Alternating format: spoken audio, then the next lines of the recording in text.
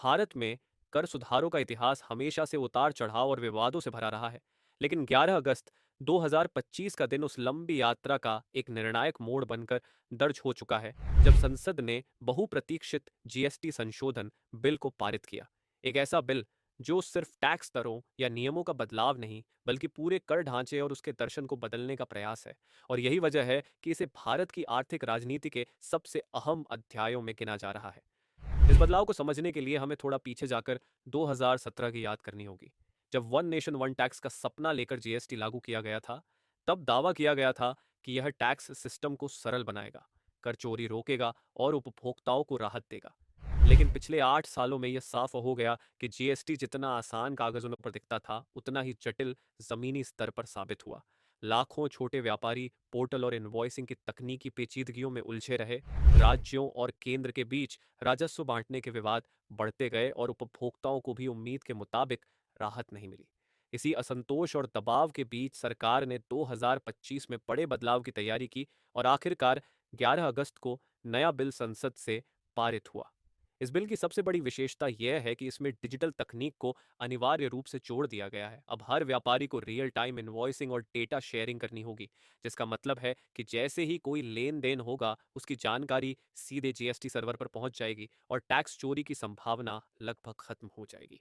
सरकार का दावा है कि इससे अगले 2 साल में कम से कम 3 से 4 लाख करोड़ रुपए का अतिरिक्त राजस्व इकट्ठा होगा, जो विकास योजनाओं में लगाया जा सकेगा। लेकिन व्यापारी संगठनों का कहना है कि देश के लाखों छोटे दुकानदार और कस्बाई व्यापारी अभी भी इंटरनेट और कंप्यूटर साक्षरता में पीछे हैं। ऐसे में उनके लिए यह नियम बोझ से कम नहीं होगा और उन्हें मजबूर होकर या तो अपना व्यवसाय बंद करना पड़ेगा या बड़े ई कॉमर्स प्लेटफॉर्म्स के सहारे चलना होगा।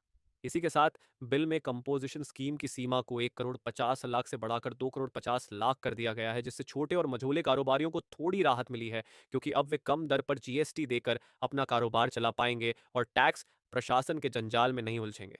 दूसरा बड़ा बदलाव उपभोक्ताओं से जुड़ा है, क्योंकि सरकार ने कुछ आवश्यक वस्तुओं जैसे कि दाल, चावल, दवा और शिक्षा सेवाओं पर कर दर घटा दी है, जिससे आम जनता की जेब पर थोड़ा बोझ कम होगा। लेकिन इसकी भरपाई करने के लिए लग्जरी वस्तुओं, प्राइवेट हेल्थ केयर सेवाओं, हवाई यात्रा और महंगी गाड़ियों पर टैक्स दरें बढ़ा दी गई हैं, जिससे साफ पता चलता है कि सरकार ने रॉबिन हुड टैक्सेशन की राह अपनाई है, यानी अमीरों से ज्यादा वसूलो और गरीबों को थोड़ी राहत दो। हालांकि विशेषज्ञों का कहना है कि इस तरह की टैक्स दरों की असमानता लंबे समय में बाजार को असंतुलित कर सकती है, क्योंकि लग्जरी सेक्टर में निवेश और खपत दोनों पर असर पड़ेगा और इसका सीधा नुकसान रोजगार और उत्पादन पर होगा। ई कॉमर्स प्लेटफॉर्म्स के लिए भी नया बिल एक चुनौती लेकर आया है, क्योंकि अब उन्हें हर विक्रेता के लेन देन का पूरा डेटा टैक्स विभाग को देना होगा और यह सुनिश्चित करना होगा कि हर ऑर्डर पर सही टैक्स वसूला जाए।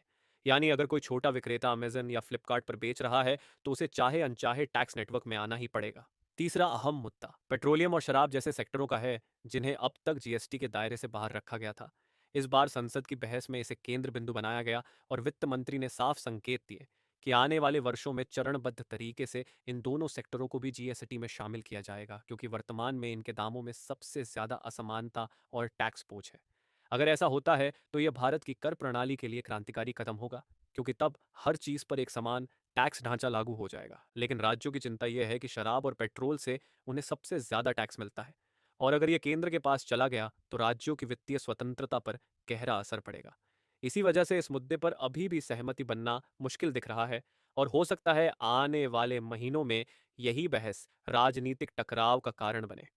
अब अगर हम नए बिल की आलोचनाओं पर ध्यान दें, तो सबसे बड़ी चिंता यह है कि सरकार ने कर चोरी रोकने के नाम पर जो डिजिटल निगरानी का तंत्र बनाया है, वह कहीं ना कहीं सर्विलांस स्टेट की तरफ बढ़ता हुआ दिख रहा है, क्योंकि हर व्यापारी का हर लेन देन, हर ग्राहक का हर खरीद बिक्री का डेटा सीधे सरकार के पास होगा और इसका दुरुपयोग भी संभव है।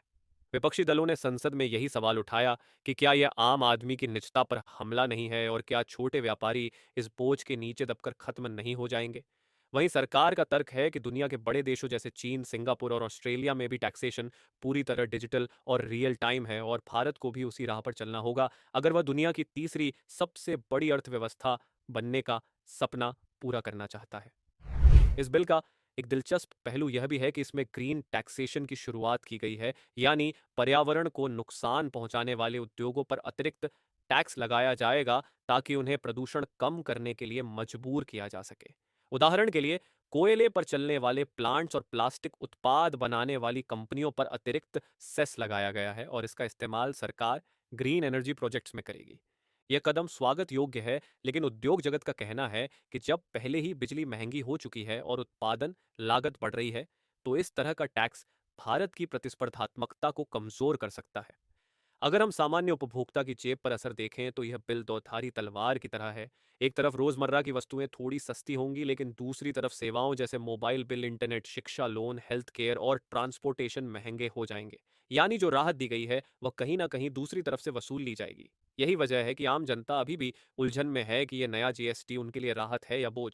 कुल मिलाकर इस पूरे बदलाव का सार यह है कि सरकार ने टैक्स प्रणाली को आधुनिक, डिजिटल और अधिक राजस्व उन्मुख बनाने का फैसला लिया है, लेकिन इसके साथ ही उस पर यह जिम्मेदारी भी आ गई है कि वह छोटे व्यापारियों और आम उपभोक्ताओं को इस बदलाव से कुचलने न दे। अगले 6 महीने से 1 साल में इसका असली प्रभाव दिखेगा कि क्या यह बिल वाकई टैक्स चोरी रोककर देश की वित्तीय स्थिति सुधारता है, या फिर यह लाखों छोटे व्यापारियों के लिए एक डिजिटल जेल साबित होता है।